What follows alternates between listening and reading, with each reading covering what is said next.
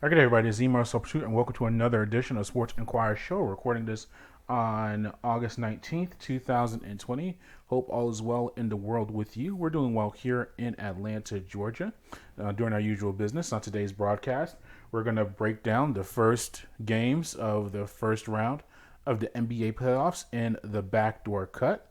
We'll delve into some college athletics as well.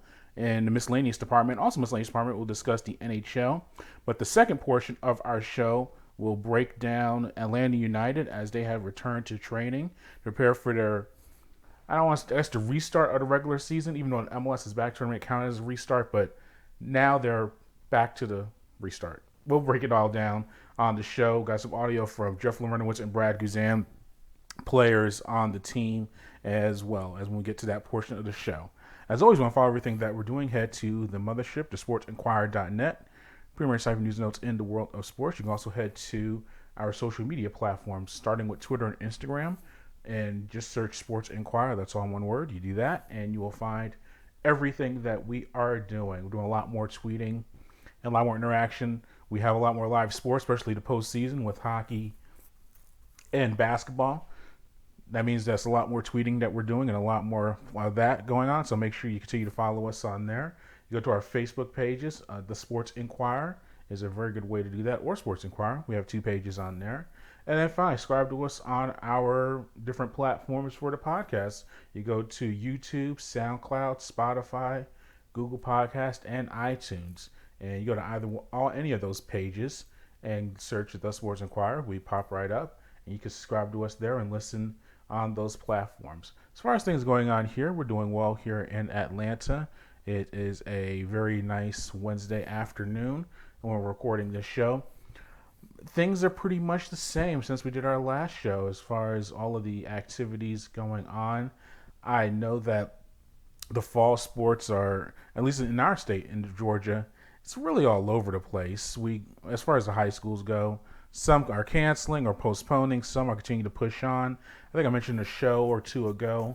I was driving by around my local neighborhood, and we have a big little league field and a big football field. Different in a park, and it was a jam-packed with a lot of parents watching the kids playing. I didn't see any mask on, not much social distancing and things like that. So, at this stage of the game, if there's confusion on a professional level, which we'll go into throughout our show as far as how to handle COVID, and the college level, you're going to find that at the high school level and even the middle schoolers and elementary schools. So we just have to see what happens with all of that. But let's go straight into it. The backdoor cut portion of our show, the NBA playoffs have finally started. We've been in the NBA restart of the bubble down in Orlando for a few weeks now. And with the I'll say playing games, but you had the conclusion of the regular season, which determines seeding. And then we actually did have a play-in game, technically, between Portland and Memphis. The Blazers were able to win that game to face the Lakers in the first round. And the Damian Lillard show, or the Blazers show, continues on as they were able to defeat Los Angeles 193 last night on August 18th. My biggest things from these statistics as you look at them, and the Blazers have been Charles Barkley's kind of become the forefront of the Blazer bandwagon. He says they're going to sweep them now. That's why I was laughing. I literally was laughing out loud last night hearing him and his antics. But it was a tough matchup, or is a tough matchup for the Lakers for several reasons, because they can match them in size, relatively speaking. Now, the Lakers have maybe the biggest team in the NBA. When you have LeBron, Anthony Davis, Dwight Howard, and JaVale McGee in your rotation, all those guys legit 6'9" and up, and 3 7-footers, or 6'10", whatever you want to say, in McGee and Howard, as well as Anthony Davis. They have a big size advantage, but Portland does have some size of their own. They have Nurkic, they have Hassan Whiteside, and even Gabriel, who played last night, gave him some productive minutes. And Zach Collins, he didn't even play. He had an injured ankle. We'll see if he can make back the rest of the series. But the biggest thing with the Lakers, they have the advantage in the interior, but they can't shoot. Their shooting woes really showed last night. 5 of 32 for three-pointers. Only shot 35% from the field. And that's what's going to hurt them ultimately in the postseason. I think they'll find a way to get past Portland and move on to the next round, but they're going to make their lives are so much harder because of their lack of shooting. I look at Anthony Davis 0 for 5 and 3-pointers at 39 minutes. You look at his stat line, 28 points, 11 rebounds, and you say, wow, he had 2 blocks thrown there. And you figure, wow, it's a really great game by Anthony Davis. But it was a tale of two halves, and we've seen that a lot from him. 21 points in the first half. I think he had a darn near double-double as far as rebounds as well in the first half. Second half, non-existent. I think he only had 2 points in the fourth quarter. That's not enough. LeBron James, you look at his stats, the man has done another, I think he's accomplished another first time ever. He was the first player in NBA history to have 20 points, 15 rebounds, and 15 assists in a playoff contest, and still not enough to win the game. Technically, he had 23 points, 16 assists, and 17 rebounds. I shorted him one there. So a triple-double for him in the postseason. But it was the quiet, if it's possible to have the quiet triple-double, it really was. And the thing with the Lakers, he had a lot of passes. They missed a lot of shots. I mean, look at three-pointers. You have Danny Green, 2 of 8 from three-pointers. Caldwell Pope, 0 for 5. You go down the line. Morris, well, he's made his lone three-pointer. Kuzma, 1 of 5. Kuzma made a few baskets in the fourth quarter. And the Lakers did have a fourth quarter lead in the contest and just unable to close it out. You look at Davis and James, they each missed 2 free throws in the fourth quarter as well. And I said the shooting struggles are really going to hurt them. I mean, they had more rebounds, and that's not surprising. But actually, the rebound differential is only +5, which is not enough for the Lakers to overcome. And when you have if the Breakers, they don't shoot well, we already know that. But if they're not getting their offensive rebounds, it makes it even worse. So you combine all that together, and you look at the rest of the Blazers. Lillard had 34 points. He was the leading scorer for the team. You have McCollum, 21 points. He was a big contributor. Carmelo Anthony, who maybe because I'm from New York and I follow the Knicks, I support them. Not a fan, I support them. So I follow New York activities. I've been a big critic of Carmelo Anthony for a good amount of his career, but he has found his spot in Portland. Very good night. 11 points, 10 rebounds, 5 assists. He distributed the ball well. That's a big knock on Anthony. He's a ball hog, and he sucks the life out of the offense when he has it, but he's been contributing well, playing defense, going down for a loose ball. He's really been embraced by Portland, and he's returned the favor. But I thought an unofficial MVP of the game, we're going to look at Lillard, and we saw his long three-pointers and all that stuff, and I mentioned Carmelo. I thought Gabriel was excellent. 16 minutes, gave them 4 points and 3 rebounds. I know it doesn't look like much, but he was able to at least bring some energy and combat the size. But Hassan Whiteside, 7 points, 8 rebounds, 5 blocks. Had a big block on James in the fourth quarter when he was driving to the basket. I think he had a block on a Kuzma attempt as well.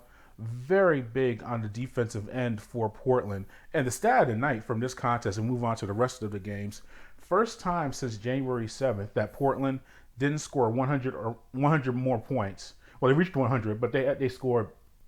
It's the first time that they have not scored more than 100 points in a contest since January 7th. And they still won the contest.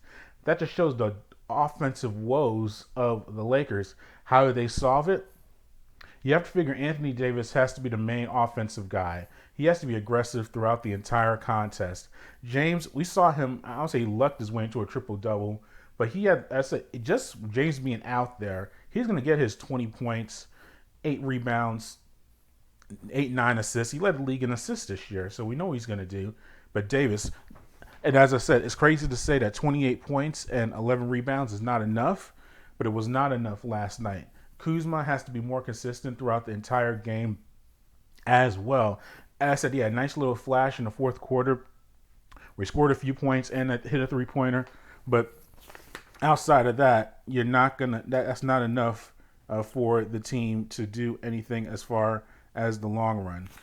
But as I said, and then you look at the other side of the Eastern bracket, Milwaukee. They lost to Orlando 122 to 110. Another one seed losing in their first game of the playoffs. That same deal kind of with, well, it's a little bit of a different deal with the Bucks. Their problem is, well, it's similar to the Lakers. It's lack of scoring, lack of shooting.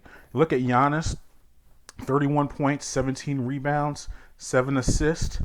As he produced a very strong game. But you look at the rest of the team, Middleton with 14 points, Bledsoe with 15, Wesley Matthews with 10. George Hill came off the bench, gave him 16 points. That's a nice contribution, but they lack points. They lack scoring.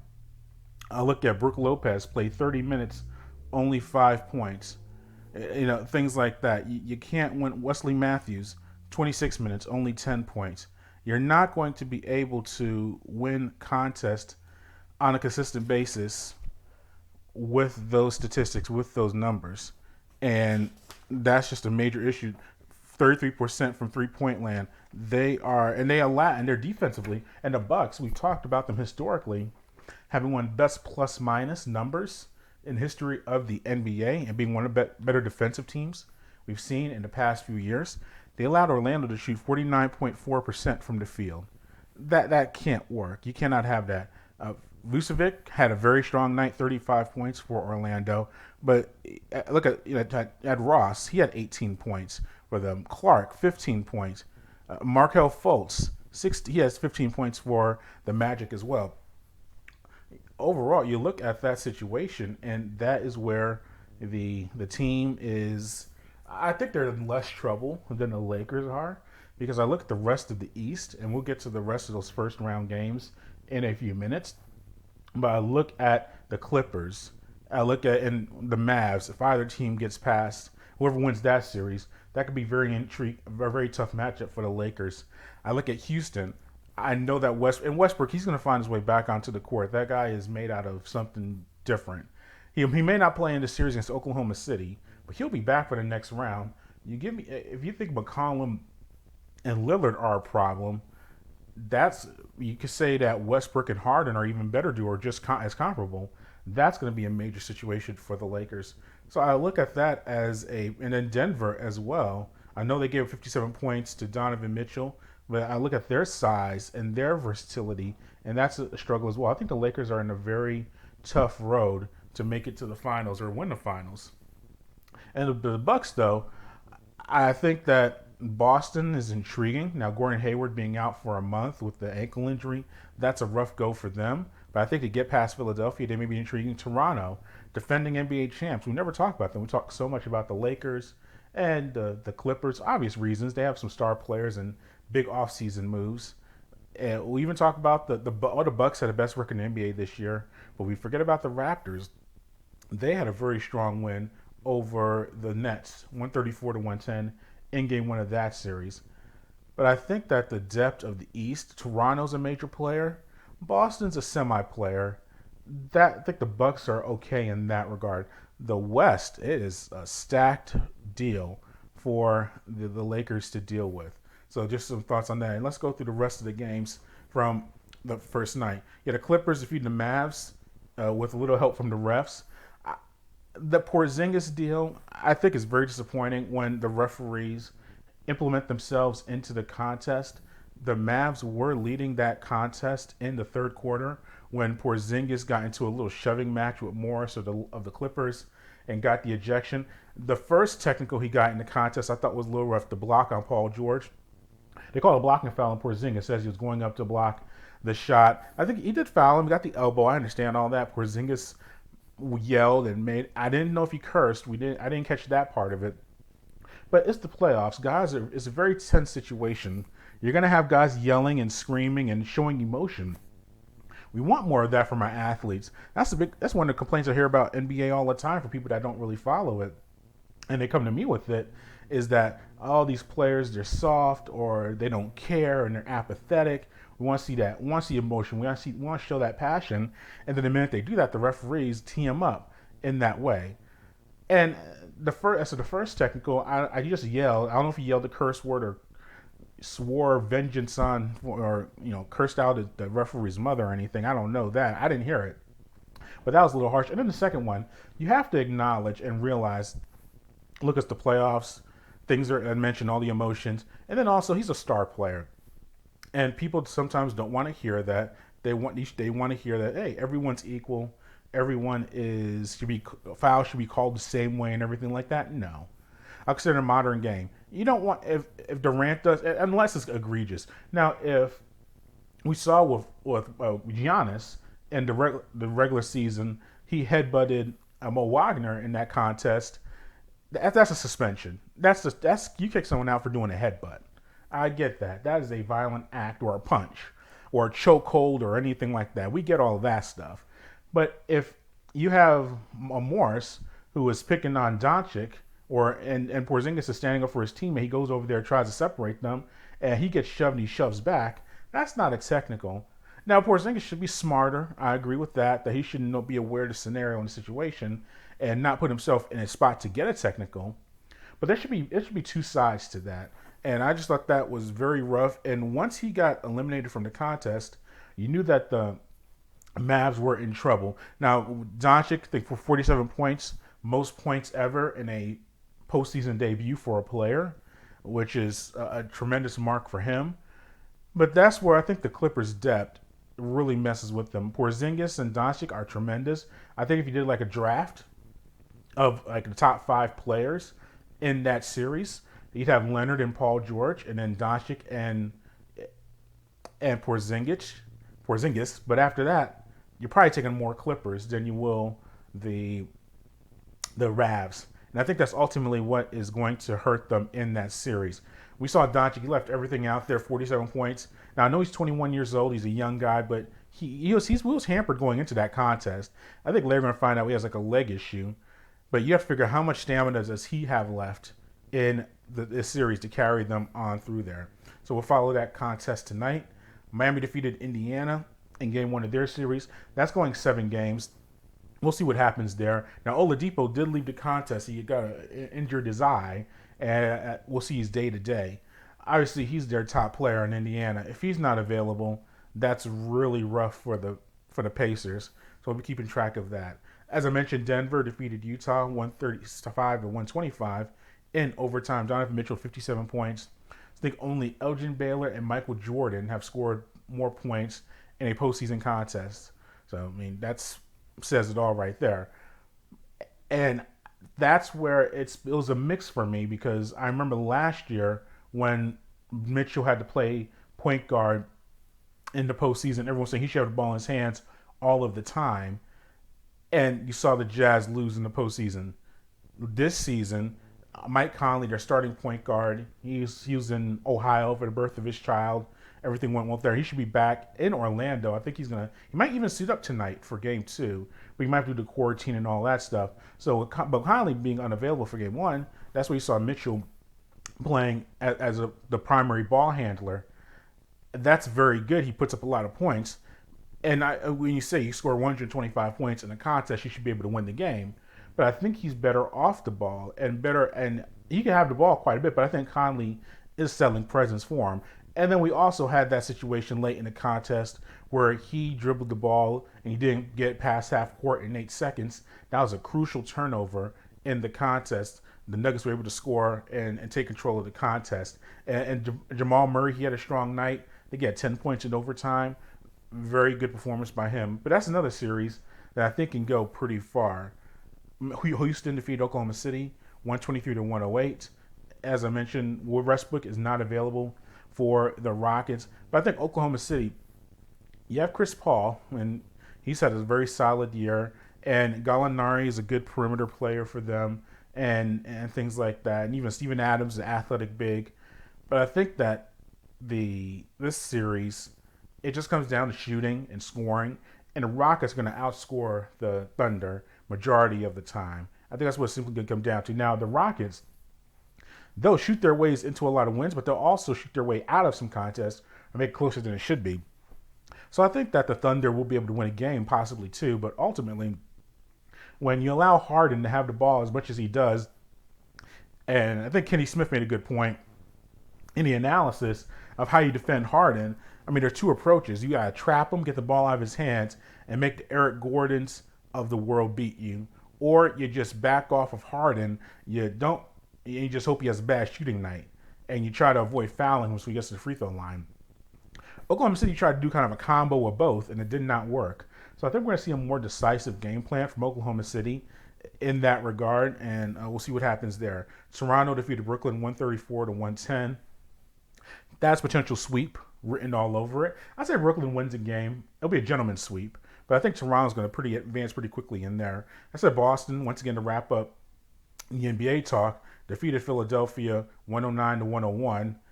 The Hayward injury is a substantial injury, and I'm glad what I saw from Tatum score 30-plus points in the win, because we talked on our last show about how we've heard so much about Boston and how great they are, and Brad Stevens is they put him in the Hall of Fame as an all-time head coach, and Tatum is the next superstar wing in the league, and Jaylen Brown dominant and all this other stuff, and we just have not seen that delivery in the postseason.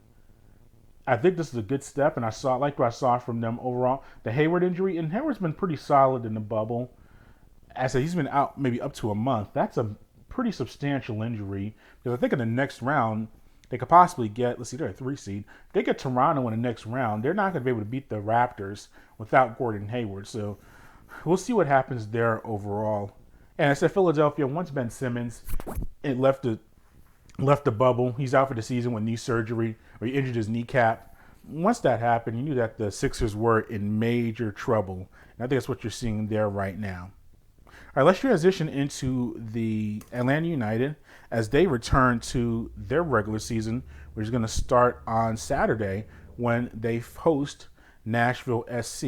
And then a note that we got from the Arthur Blank Foundation, or Mercedes-Benz Stadium, is that Atlanta United is not going to host, well, let me read it correctly because it does tie into the Falcons as well.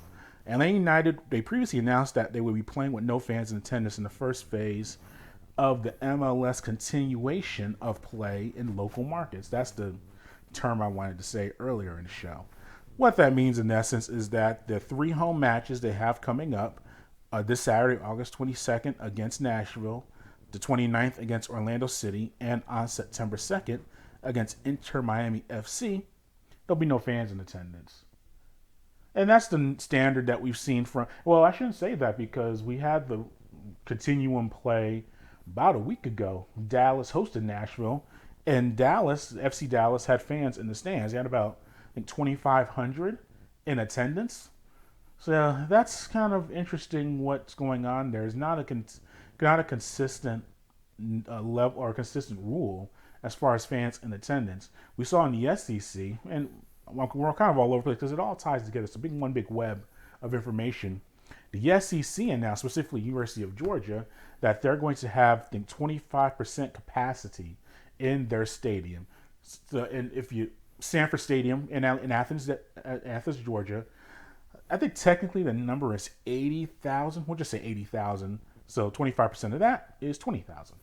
So they said they're going to be able to hold up to 20,000 in the stands as we're recording the show on August 19th.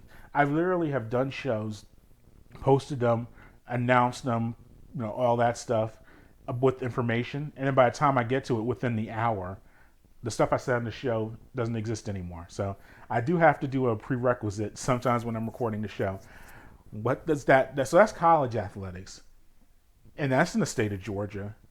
Yet Mercedes-Benz Stadium in Atlanta, Georgia, they're not hosting people. And the Falcons are in the same deal. Once they start the regular season, I think their first 2 home games in the month of September are not going to have fans in the stadium. It's a really tricky situation because we've heard Jerry Jones from the Cowboys, owner of the Dallas Cowboys, him talking about he wants to have fans in the stands. Kansas City, the Chiefs, I think they're planning to have fans in their attendance. But then I read stuff about the state of New Jersey, with where the Giants and Jets play in East Rutherford. And if you know about the Northeast, they've been very conservative with their reopening plans. Yet you go down to the state of Florida, and it's like nothing is really going on in the state of Texas. They've been very open, relatively speaking. So it's a lot going on there with that. But we're able to talk with Jeff Larentowicz of Atlanta United about this situation and about having safety and making that a main priority as the team returns to play. So here's Jeff Larentowicz discussing that situation? I feel like rightfully I've pushed in certain areas, and one thing we learned from Orlando is that um, you have to take a certain amount of trust in people because, frankly, we're the employees, and um, allow them to prepare. I think they're going to try and do their best, but we're all watching Major League Baseball. We're all watching that. They're definitely going to try and mitigate the opportunities for players while they're doing their jobs to not be exposed, travel, turnaround times quicker, fewer nights in hotels, shorter travel distances. Obviously, the testing is still in place, but um, the difference between now and Orlando is here I am at home. What am I doing every day? What am I doing um, to make sure that you know I'm not screwing up? My kids aren't going to school so that I can't screw up MLS. You know, and I need them to make sure that they're keeping me safe. So see how it goes. Obviously, there's been issues in other sports and other leagues. For the sake of MLS and for all the players and kind of the health and continuity of the league, I hope it goes well. And now, as Jeff Lemron was discussing the team's training protocols and procedures as far as preparing to get back onto the pitch. Now, Atlanta will be back. They've gone back to training and all of that stuff. Let's hear from Larentowicz about the actual on the field team aspects of returning to playing contest again. Knows and we know as players as we try and change that we're going to have to probably speak about it more often, more clearly, and if we want a quick reversion or change or shift in what we're doing, we're gonna have to talk a lot about it. I mean, Frank was here for a while, and those his objectives were talked about all the time. So it wasn't as much of a condensed um, thing. I don't want to make it sound like these things weren't happening in the past. All right, now Jeff Larentowicz discussing the team getting back on the practice field. This is the first match under interim manager Stephen Glass, who replaces the Frank DeBoer, who mutually parted ways with the team after with the organization after the MLS is Back tournament, where Atlanta lost all three of their contests against the Red Bulls, New York Red Bulls, Columbus Crew, and FC Cincinnati, and not even scoring a goal in either one of the contests. So not only was it their first three-match losing streak in history of the franchise, it's the first time they went goalless in three contests. So here's Brad Guzan discussing DeBoer's dismissal from the team and what that process was like for the players. I mean, I coming off of the back of the results that we had in Orlando, I wouldn't use the word surprised by the change. The results weren't there, and whether there were more things going on or not, I'm not sure. But when you have the results that we had, and the standard that Atlanta United has set for ourselves as a club, something had to change. And in this world, of professional sports, whether it's the right way or the wrong way, it's easier to change one person as opposed to X amount of players. All right, and that was Brad Guzan discussing the dismissal of Frank DeBoer. As you heard, he's a professional. It's a professional league, and we're going to end up playing a cut from Guzan discussing the standards of Atlanta United on our next later on in the show. But we've discussed it before, and I'll say it again. When you have Atlanta United, a fourth-year franchise that's promoted an aggressive style of play, promoted a lot of scoring, a lot of offensive chances, and you don't do that, plus you're losing, that's a bad combination. And that's ultimately what happened with the team. And let's hear from Jeff Larentowicz discussing the new training regimen and the different interaction or type of interaction that the coaches and the players now have under Stephen Glass. Getting the communication, having those ideas be clear throughout the week, getting those things repeated, having visual, not evidence, but having things put in front of us in a team tactics room, speaking about them, seeing them going on the field, and then trying to implement them, having drills that are specifically geared towards achieving certain things that will then kind of build into a larger game has been that progression, those building blocks to make us more of a potent team. And it comes with communicating that message and communicating it clearly and doing it in kind of a repetitive nature so that you know exactly what you're doing. When guys feel like they know what they're supposed to be doing and they're comfortable and they feel like, that this is who I am, or this is what I feel like I can do well, and that makes sense to me, then yeah, I think you're right. It should give guys confidence. And that was Jeff Larentowicz discussing the new training regimen and the team's new approach to the things going on. As I mentioned, they face Nashville or host Nashville this Saturday, and that they're looking to snap that 3-match losing streak. Nashville drew at Dallas on August 16th in their last contest, so both teams are looking to get back on the winning ways. And here's Larentowicz discussing the team's the importance of getting a home win in this new reboot or restart of the season. You have to learn by mistakes. I think we learned by mistakes in certain instances in 2017 in the style of play, and that faith was rewarded, I think. So I think the hope is to get to a place where you're playing in an exciting way. You're playing in a way that you step out on the field and you feel as a group, as a club, you're enjoying it. Not that we weren't in the past, but we certainly weren't enjoying losing over the last several months. So this isn't a knock on Frank. I mean, we as a group need to return to winning and enjoying playing on the field.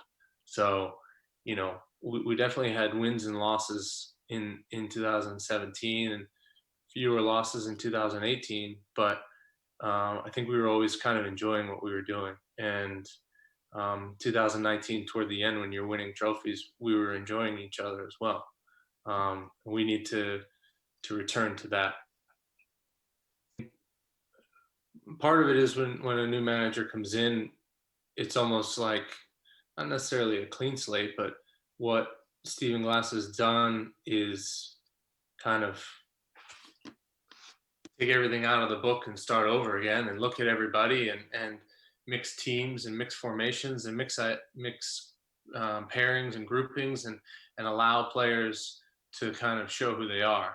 And we've done a lot of that. And, in the MLS, a lot of players, every day is a contract day. And you kind of have to think that way. I've always thought that way. And you're lucky that you don't get fired anymore in the middle of the season. A lot of guys used to. But yeah, I mean, you have to, going back to the very beginning, you have to take that responsibility. You have to take the responsibility of someone losing their job on your shoulders, and you have to say that I'm going to make it better because, when I go out on the field, there's no one else playing with me. So I'm going to take it on my back to train harder, to push my teammates and to get back to winning because, like you said, you got to win on Saturday. And that was Jeff Larentowicz. And then I'm going to wrap this up with Guzan discussing just the style of play and what they want to see from, or the fans expect from the team overall. To be positive, to play forward, to attack. When you look at what Atlanta United is and what we've become over the course of X amount of few years, people think of Atlanta United as this attacking team, exciting team. That's what we want to be as players. And so now I think Glassy and his staff, they're now giving the freedom and the responsibility to the players to go in and express themselves and be forward-thinking players, be positive playing players. Not being, I don't want to use the word conservative, but to be on the front foot, to play the ball forward, to have players in attacking positions, to have players that are open to pass the ball forward too. We want to get back to that. We want to get back to scoring goals. We want to get back to being exciting, to being a threat, and to making it, a scary thing when teams see that they're playing Atlanta United. All right, now it's Brad Guzan discussing the team and just the different ways that people want to see them play. And let's see, wrap up with the Champions League. Yeah, we discussed foreign soccer as well. The PSG defeated RB Leipzig 3-0 to reach the UEFA Champions League final. I know PSG gets a lot of knocks because of their approach to things and kind of their financial backing under some shady circumstances. But this is what they've wanted for many, many years, or the past few years. They brought in Neymar, brought in Mbappe from Monaco. This is the super team, super squad. And it goes counter to the French culture of how they like to approach the soccer. And Leipzig's the same way with the German system of really more of fan ownership, more of a homegrown representing the team, while Leipzig has the backing of Red Bull and a very corporate approach to things. They still found their way in the semifinals, and PSG just dominated that contest. So they're going to face the winner of Bayern and Lyon, who play later on today. We got to figure this is a really good way for Bayern and PSG, obviously a superstar matchup. But this is I'm kind of mixed on the Champions League, and if it's a true champion, but they're playing in Portugal. They're doing their own version of the bubble. It doesn't feel like the Champions League, but we'll see what happens there. And we'll end our soccer notes. We need to get Messi out of Barcelona. Look, Messi I look at it as similar to Tom Brady in a way. And I was thinking about this, the comparison. But Barcelona, they're out of the Champions League. They lost 8-2 to Bayern. They're eliminated. They hired a new manager, Ronald Koeman. So he's their new manager. But I look at it, Messi kind of similar to Tom Brady. Messi, arguably the greatest player of all time. He's in the top 5 at worst, or top 10. That's another debate for another day. But as far as this generation, over the past 15 years, I mean, him and Cristiano Ronaldo, it's an endless debate. But Messi's on a short list. All-time great. He's won everything you possibly can in Barcelona, homegrown. He's won Champions League. He's won domestic titles. And just been a brilliant, brilliant player. But it comes to a time when you're with the organization, he's literally been there. It's even worse than Tom Brady, or longer than Tom Brady. At least Brady played in college at Michigan and all that stuff. Messi has been with Barcelona since a little kid, since he was a middle school kid. So he's been in that same system all the time. And Barcelona, if there's one place you want to be for your entire career, Barcelona would be right up there in the running for it. But he looks at the turmoil of the system and organization. They lost Neymar, haven't been able to properly replace him. You look at the system. They went a calendar year without winning any cup, which for most organizations would be a nothing. But they didn't win La Liga. They didn't win the Copa del Rey. They did not win the Champions League. And furthermore, we have Real Madrid nipping them in a lot of these things. They're a big rival. All that combined together is not good for Messi. And he's in his mid-30s, so I think he's 34. So he's not ancient, but if he's going to make a move, this would be the time. He'd have the pick of his litter. He'd have any places he'd want to go. You got to think Manchester City would be the primary, with Pep Guardiola, his fellow Pep Barcelona brethren, that connection. The midfield, they play a very flowing style that he'd fit in perfectly. It would be a time for him to play in a different organization. You look at Inter Milan. We've seen all the rumors with there.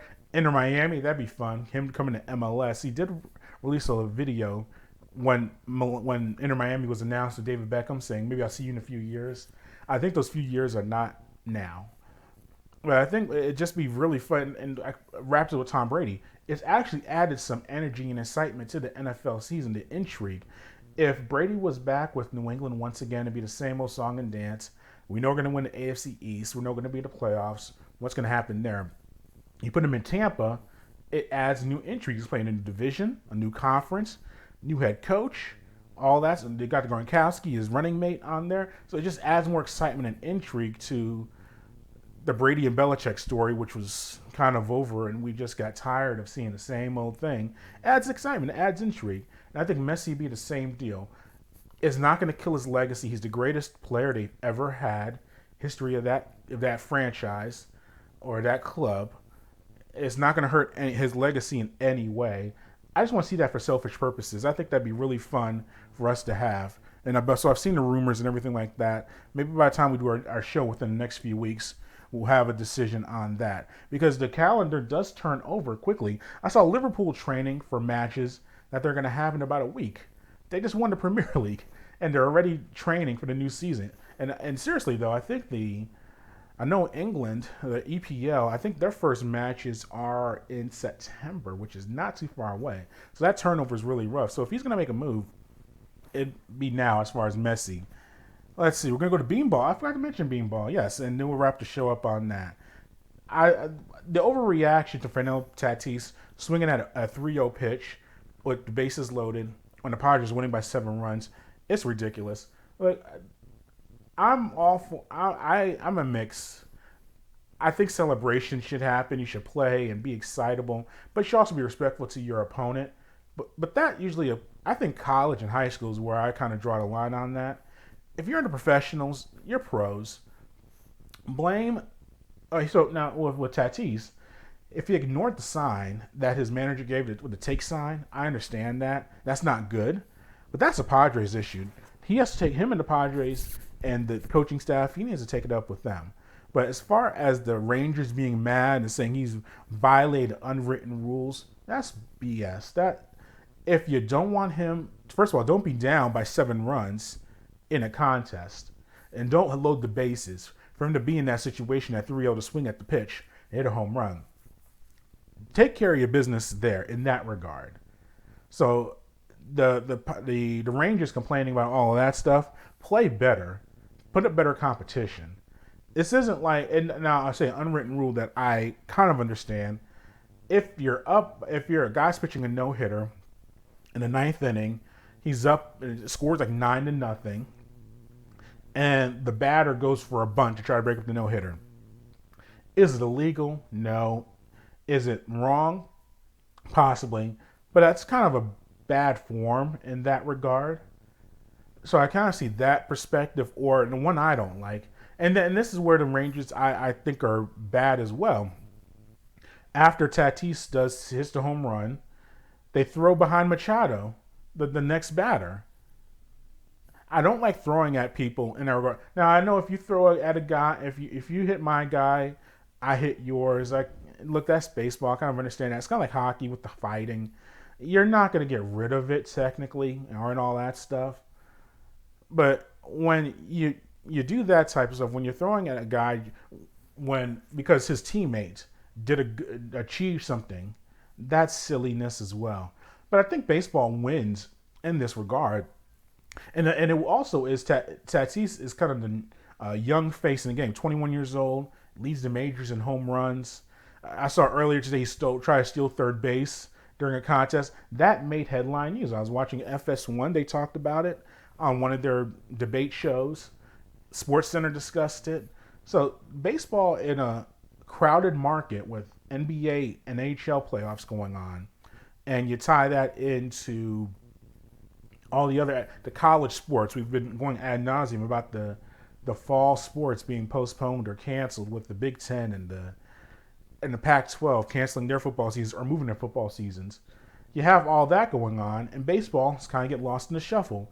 But you have a young guy who may be I won't say the best young player in the game. That's a little premature, but he is a young face.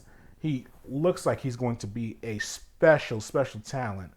And he's getting discussed on mainstream sports stations, which would not happen as much if he just kind of went about his business doing the thing he does. So I think that it helps in a way that for baseball, they're not going to say that because it's like, oh, that's a bad rule and he's disrespectful. No. I've seen Dan Patrick Tierney and Tiki, Adam Shine. These are guys with national sports media platforms talking about San Diego Padres baseball, which would not happen 99.9% of the time under these circumstances. So in a way, him being kind of selfish or going out for his own kind of helps in a way. And I think he also has humility as well, because he's the son of Fernando Tatis, a longtime Major League player. He's grown up around the game since he was born, literally. And he mentioned that he did not think that was the unwritten rule. He wasn't aware of that. But he said he probably wouldn't do it again. He's learning. He's evolving. I think that through this quote-unquote controversy, it causes some good news. All right, wrap this up with the miscellaneous department. NHL playoffs have been very enjoyable. And let me pull up my stuff here. Well, really not too much to say since our last show with the playoffs. Let's see. Certain teams avoided sweeps. You had the Blackhawks. They avoided their sweep since our last show, but they did lose 4-3 against the Golden Knights last night. I think the Blackhawks, once they beat Edmonton in the play-in round, that was their peak right there. And the Knights are very strong. They just could not handle that. So the Knights won 4-1 in that series. The Capitals did avoid getting swept by beating the Islanders 3-2 last night. Now the Islanders still lead the series 3-1, but the Caps, Ovechkin had 2 big goals in that contest to avoid the sweep. I think with Backstrom not being in the lineup for the Capitals, that's a lot for them to overcome. You pretty much had to have a vintage Ovechkin game, 2 goals to survive the Islanders. I don't think they can do that for 3 more contests to advance to the next round. But I think the playoffs have been very well done. They're drawing some decent ratings, which is good. And we'll see what happens there. And college football front, not too much to report there. You already know the news about we mentioned Justin Fields, him the Ohio State quarterback trying to get the petition to get the teams going again. That's not going to happen. They're not going to play in the fall. And I don't think they're going to be able to play in the spring either. Because even Nick Saban mentioned, head coach of Alabama, about if you have seniors and juniors who want to move on to the next level in the NFL, I don't think they're going to play again. I think you may have some guys who just want to opt out and not put themselves, if you're a junior, a sophomore, shoot, even a freshman. Do you want to put your body through a condensed spring schedule and say from February to April or May, whatever it ends up being, and then have to turn around and start playing fall football in 2021? So pretty much 2 football seasons in 1 calendar year. I don't think that's going to work. Now, I don't think, and we'll break down this SEC schedule in our next show because we're going to wrap it up here. The SEC announced their schedule, and the ACC has as well. So they're going to try to play their games in the fall, and they may not be able to. But I think if their situation is, they figure we're going to try to play in the fall. If we don't play in the fall, we'll just shut it down until the next fall.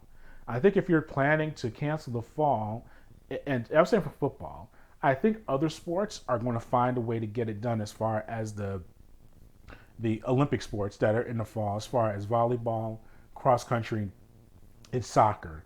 Because once the NCAA said they weren't going to do championships in the fall, that means they can push that over into the spring. I think there's a possibility there in that regard. So we'll see what happens with all of that, and it's a fluid situation, as we've always been saying. But thanks for listening to today's show. Greatly appreciate it. And hopefully on our next broadcast, we'll have some more from Atlanta United. We'll discuss more of the NBA and NHL playoffs and other things. As always, you want to follow everything that we're doing, head to the mothership, sportsinquirer.net. And you can also go to our social media platforms on Twitter and Instagram and Facebook. And finally, subscribe to us on YouTube, SoundCloud, Spotify, Google Podcast, and iTunes. Until next time, good fight, good night, and be safe.